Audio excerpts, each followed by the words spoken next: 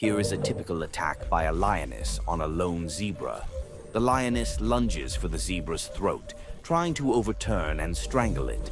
This time, however, she encounters a strong stallion that is not willing to give up easily. The stallion tosses the predator around and easily drags it along, trying to break free from the deadly jaws. It stumbles and bucks, but quickly gets back on its feet and eventually manages to escape. The stallion is too strong to become a meal. This stallion won the fight for survival without even using its most powerful weapon, the lethal kick.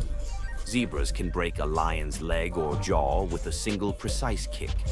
They are not defenseless prey for predators on the African savannas. Most attacks on zebras end in failure for the predators.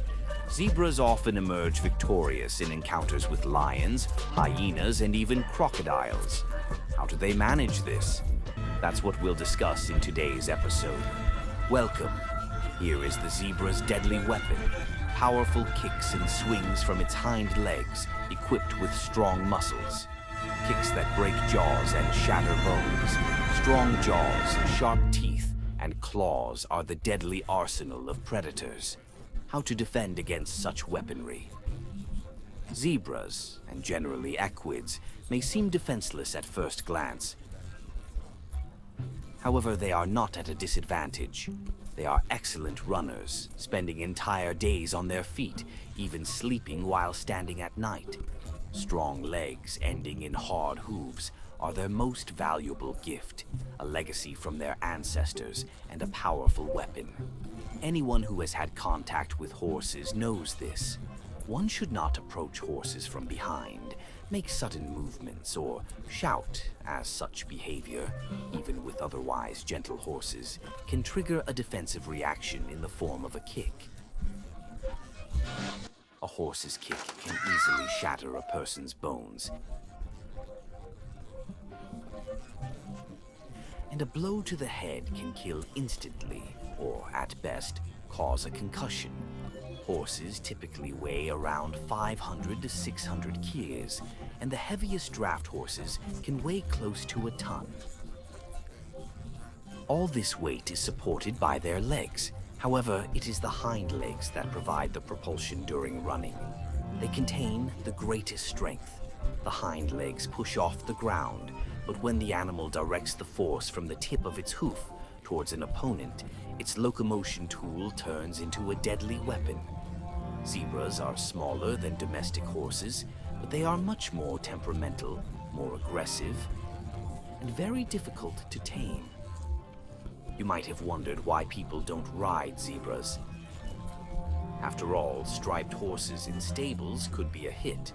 In African colonies during the 19th century, there were numerous attempts to domesticate and use zebras, but none of these attempts yielded the desired results. Zebras have a fiery nature, often reacting with aggression, and they panic much more in stress than horses do. Attempts were even made to crossbreed them with horses to add more gentleness, creating so-called zebroids. But these results were unsatisfactory.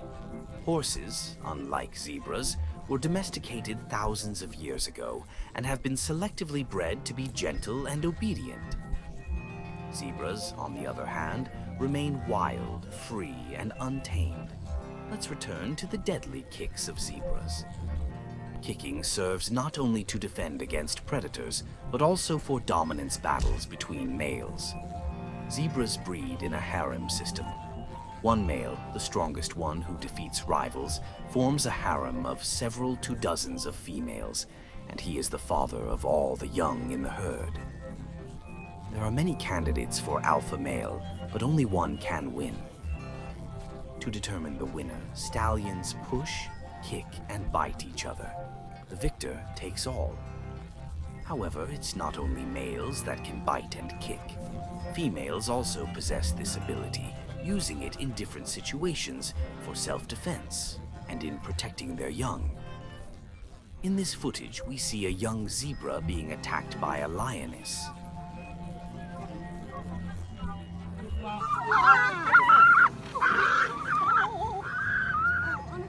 The mother defends the foal by charging the predator. biting it, and then kicking it in the jaw, which effectively discourages the lioness.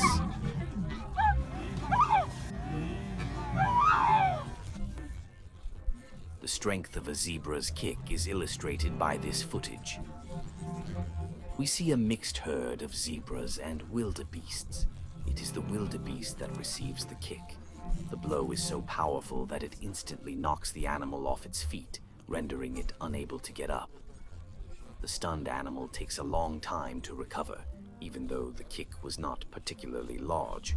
With a full swing, the kick could be even stronger. Here we see another video with a similar scene. This time, the victim of the kick is a warthog, which is much smaller than a wildebeest. When struck, a dull sound is even heard. The warthog was stunned. The kick was probably fatal for the warthog. It could have caused a skull fracture, bleeding, and thus brain damage. Approaching equids from behind is always dangerous. A zebra's or horse's hoof is like a hammer in the hands of a muscular blacksmith. This tool may look unassuming, but it holds tremendous power. A hoof, hard as stone, mounted on a long shaft, moved by strong tendons and attached at the top to massive muscles, is a powerful weapon. Yes, it is these muscles in the hind part of equids that move and support the hind legs, and thus the animal's weight, which are the strongest muscles in the entire body. They provide all the propulsion. It is no wonder they can kill. Interestingly, this deadly hoof is actually a transformed nail. Just like a human nail, it is made of keratin. This piece of hardened protein is nothing more than a form of a shoe, a tread. It provides protection, cushioning, and weight distribution. It grows throughout life as it is constantly worn down. When humans use horses, especially when the horse moves on hard surfaces, hoof trimming is necessary to prevent excessive wear. Zebras do not have this problem. On the savannas, their hooves wear down just as they should, at an ideal, synchronized rate with their needs. Nature has perfectly adapted this. In captivity, however, such as in zoos, many hoofed animals have hoof problems, depending on the surface, either with overgrowth or excessive wear. Equids are odd-toed ungulates. They are animals with an odd number of toes, meaning they walk on the middle third toe, which in the course of evolution became the axis of the limb. Upon close inspection of a horse's legs, one can see vestigial second and fourth toes.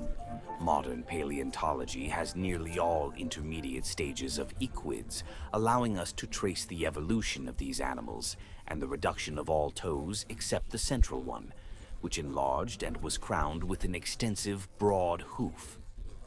The evolution of equids is very fascinating. All horses descend from small, dog-sized forest animals. The ancestors of horses walked on all toes.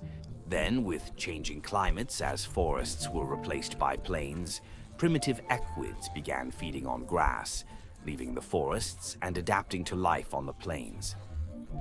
Their sizes increased, and due to the pressure from predators hunting them, early equids became good runners.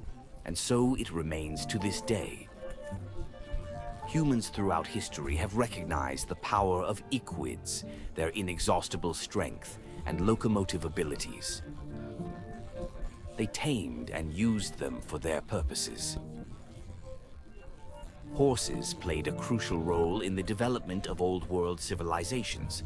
Some researchers argue that it was partly due to horses that Old World civilizations conquered American civilizations, not the other way around. Certainly, the lack of horses would have significantly delayed our development. These animals were used in agriculture, trade, wars, and many other fields. It was only with the advent of motorized drives that horses became obsolete in these areas. In any case, horses played an extremely important role not only in human history, but also in the history of the world. And their success is due to their simple but highly functional limbs. Limbs that allow for fast running but also for a deadly kick. Simple, almost rudimentary but so effective. In nature, such solutions often succeed. That's all for today. Thank you for your attention.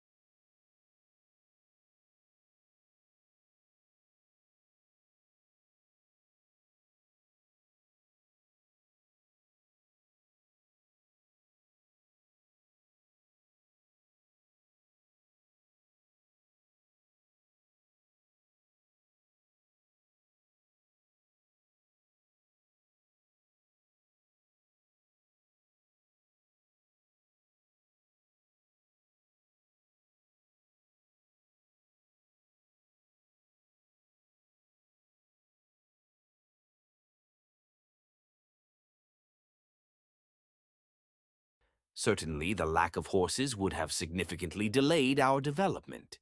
These animals were used in agriculture, trade, wars, and many other fields. It was only with the advent of motorized drives that horses became obsolete in these areas. In any case, horses played an extremely important role not only in human history, but also in the history of the world, and their success is due to their simple but highly functional limbs. Limbs that allow for fast running but also for a deadly kick. Simple, almost rudimentary but so effective. In nature, such solutions often succeed. That's all for today. Thank you for your attention. Best regards. Goodbye. We'll be right back.